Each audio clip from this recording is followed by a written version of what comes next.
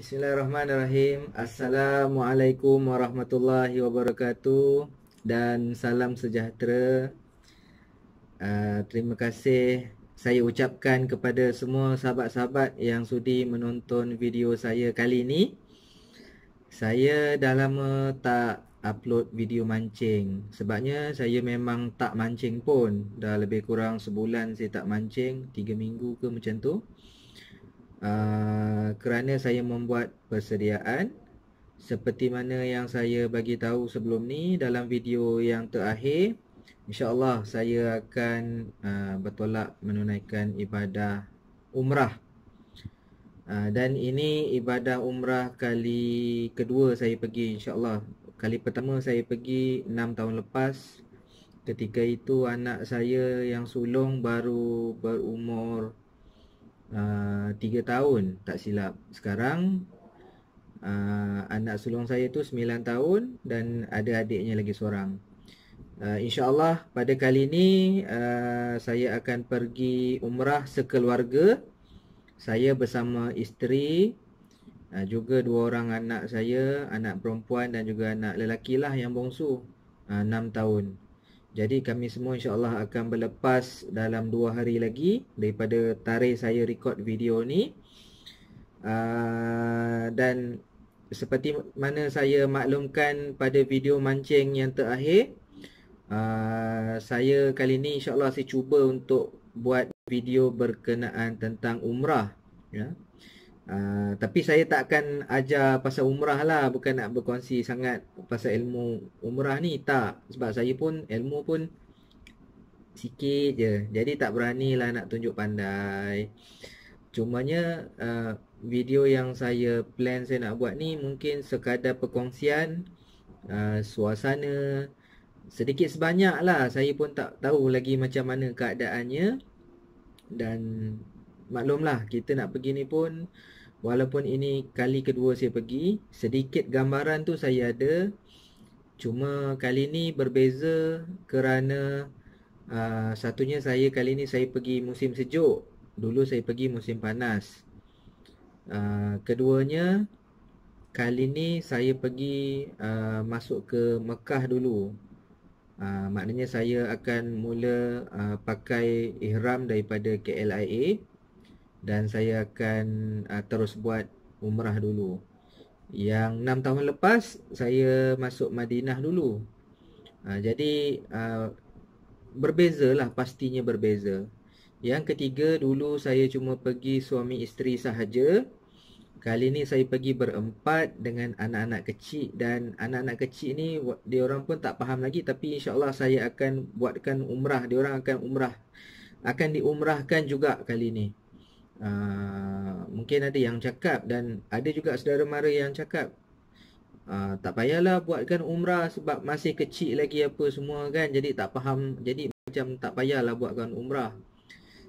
Cuma pada saya lah, pada saya telah mengeluarkan belanja yang besar. Sebab bila anak-anak ni walaupun kecil, dia bukan baby, maknanya dah besar sikit macam tu. Kalau pergi pun tetap bayaran dia tu sama. Kalau ada diskaun pun sedikit.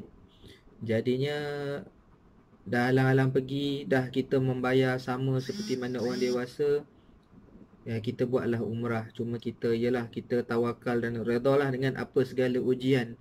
InsyaAllah mudah-mudahan kita doakan semua berjalan dengan lancar lah. Itu yang ketiga lah. Jadi pastinya 3 perkara ni memberikan perbezaan. Dan yang mungkin yang terakhir, kali ni saya menggunakan travel yang lain. So kali ni saya akan pergi umrah melalui Tiram Travel. Jadi dulu saya pergi dengan Andalusia. Jadi pastinya perkhidmatan tu mungkin berbeza, cara pengendalian pun berbeza. Allahualam, kita tak tahu, tak ada pengalaman. Kalau kita baca review macam-macam, ada yang puas hati, ada yang tak puas hati. Dengan Tiram ni pun macam tu juga. Dengan Andalusia yang syarikat besar pun macam tu juga. Ada yang puas hati, ada yang tak puas hati. Jadi pengalaman itu berbeza-beza bagi setiap orang, yang Allah sajalah yang tentukan. Saya cuma mampu berdoa. agar perjalanan saya dan keluarga pada kali ini dipermudahkan segalanya dan kami dikurniakan umrah yang mabrur. Itu saja harapan saya. Jadi dari segi persepsi orang ke apa saya tak kisah. InsyaAllah kalau lepas ni saya diberi rezeki lagi untuk pergi, mungkin saya akan cubalah dengan travel-travel yang lain lagi, insyaAllah. Cuma kali ni kami ni dibukakan hati untuk pergi dengan tiram. Jadi sebelum ni kami dah pergi dengan Andalusia. Jadi saya tak promote mana-mana lah, terpulang kepada rezeki sahabat-sahabat semua dan juga kemampuan masing-masing. Okey, bercerita tentang kemampuan, antara perkara yang saya nak kongsikan ni pasal kos. Saya pergi kali ni ialah kalau pergi seorang sikit, bukanlah sikit, banyak ni. Pergi dua orang banyak ni, pergi sekeluarga banyak ni. Jadi mungkin sahabat-sahabat memancing, mungkin yalah, ada yang dah pergi, masing-masing pun ada pengalaman, ada yang belum. Jadi rasanya tak perlu tak perlu kita perbahaskan dari segi kos dan sebagainya. Okey sahabat, sebenarnya kalau kita pergi umrah ni, kos dia memang tinggi lah. Cumanya hari ni saya nak berkongsi pada sahabat-sahabat semua bagaimana saya kumpul duit. Setengah sahabat-sahabat memancing saya ni ada yang ingat saya ni VVIP. Ada yang cakap macam tu kan. Ada sahabat yang datang ke rumah, bila tengok rumah saya, dia kata apa tau, dia kata saya ni bukan B40 ni, dia kata dah T20. Allahu Akbar. Saya aminkan je lah.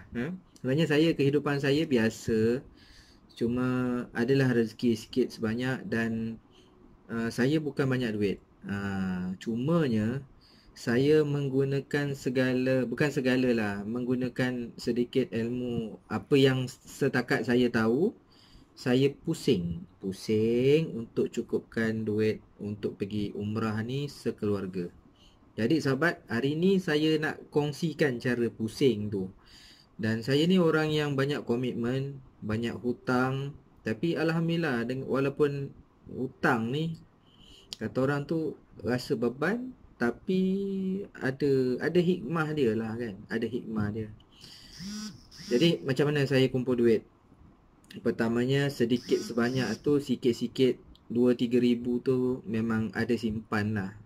Ada simpan. Duit raya budak-budak ni pun dulu pun ada simpan. Saya pakai je duit anak saya ni sebab dia orang juga nak pergi kan. So duit isteri saya sikit, saki-baki simpanan dulu adalah 2-3 ribu macam tu kan. Jadi selebihnya mana nak datang yang banyak-banyak tu.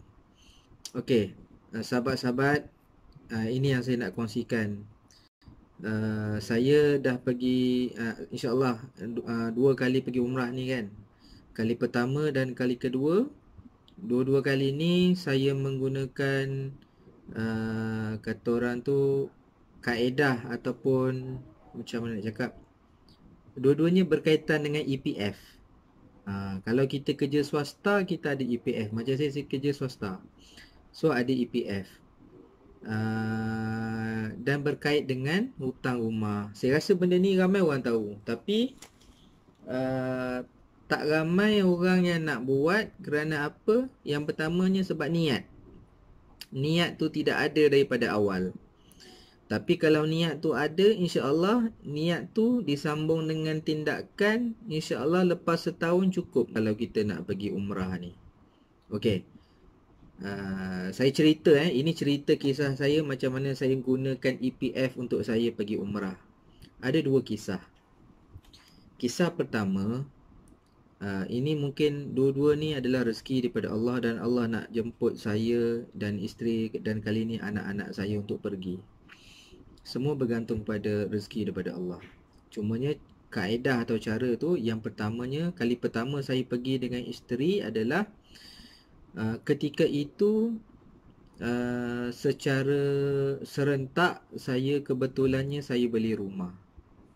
Beli rumah yang saya duduk lah, ni bilik anak saya. Saya beli rumah. Jadi masa tu dengan duit pun tak ada untuk beli rumah. Isteri saya masa tu bekerja kerajaan ya, buat loan untuk 10% untuk deposit tu, buat loan dengan bank rakyat masa tu lah. Jadi duit 10% tu kita kena dahulukan lah untuk bayar semua deposit apa semua kan. Dan that 10% tu, duit deposit tu kita boleh claim balik dengan EPF. Jadi bila saya pergi ke EPF, masa tu duit saya adalah 6 tahun lepas adalah akaun 2 tu dalam mungkin dalam 10 ke 13 ribu macam tu. Dapatlah keluar. Maka cukuplah perbelanjaan tambang untuk saya dan isteri saya pergi umrah pada masa tu. Jadi itu satu caranya.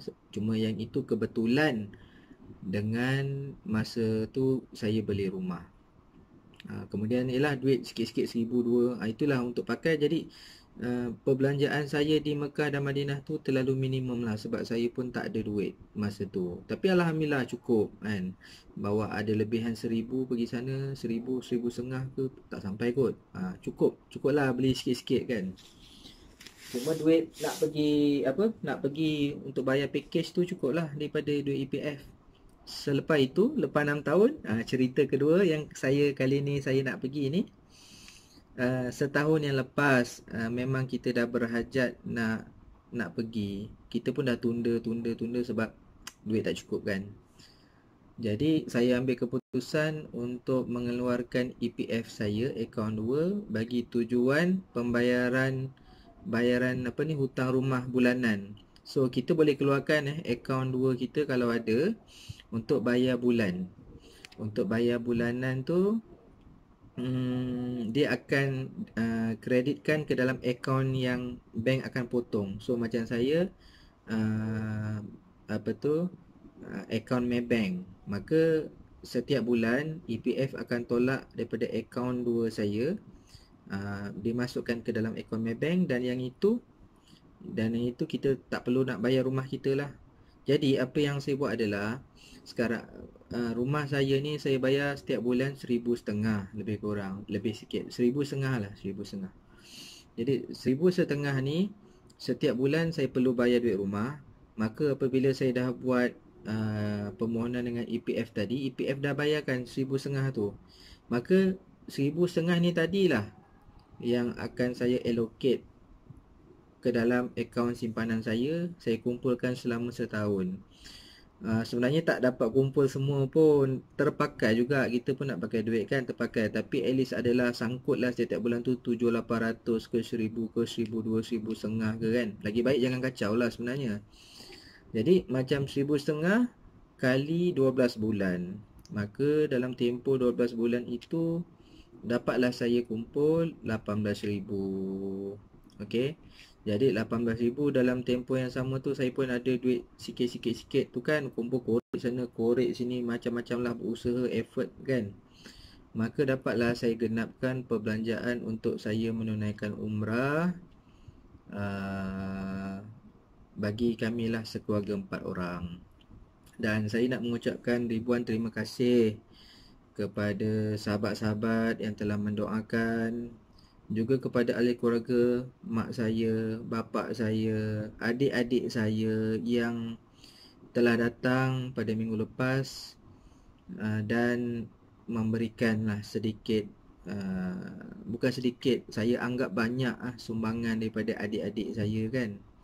Dan juga kepada keluarga mentua saya, akak-akak ipar, abang-abang ipar, yang juga telah sama sedikit sebanyak membantulah bagi mencukupkan perbelanjaan untuk saya gunakan untuk saya nak pergi umrah ni. Maknanya duit tambang ni, package ni dah selesai. Cuma duit yang kita nak bawa ni, mungkin nak belanja, nak makan, nak pakai, nak beli apa-apa kan. Jadi Alhamdulillah, ya, terima kasih saya ucapkan kepada adik-adik, ahli keluarga, ipar dua saya yang adalah sedikit memberikan sumbangan tu.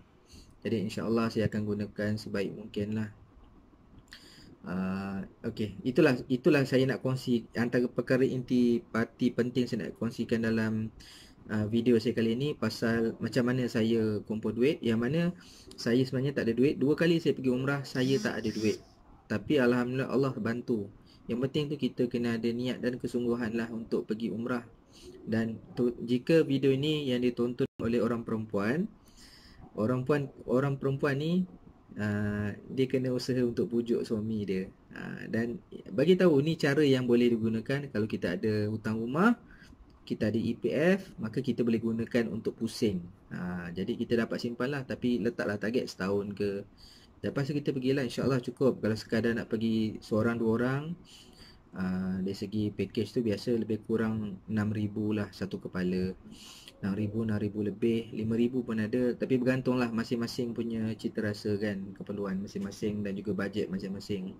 Tapi nak kata orang tu nak okey sikit, dalam 6,000, 6,000 lebih sikit lah yang kata orang tu yang elok sikit lah package-nya kan. Maka kalau kita bayar rumah 1,000 setiap bulan, 12 bulan kita dah dapat kumpul 12,000. InsyaAllah akan dapat membantu kita lah untuk menunaikan ibadah umrah. Jadi sahabat-sahabat sekalian, itu perkongsian pertama saya, video pertama saya berkaitan dengan umrah. Terima kasih kerana sudi menonton, dan saya harapkan doa daripada sahabat-sahabat lah semua supaya perjalanan saya dipermudahkan, segala urusan saya disenangkan, keperluan perbelanjaan saya dicukupkan di sana dan tidak ada apa-apa yang berlaku yang tidak baik lah. Kita pun dengar sekarang berlaku perang antara Iran dengan Amerika, maka kita pun risau juga sebenarnya sebab tak jauh daripada lokasi-lokasi itu kan. Jadi itu sajalah, tolong doakan saya dan keluarga saya dikurniakan umrah yang mabrur. Jadi terima kasih sahabat-sahabat sekalian, terima kasih kerana sudi menonton. Teruskanlah support video-video saya. Kali ini saya tak nak promote untuk subscribe, like ke apa semua, tak. So video kali ini khas untuk umrah saja. Saya tak minta apa-apa kan, cuma minta doakan saja. Jadi itu saja. Sekian, terima kasih. Assalamualaikum warahmatullahi wabarakatuh.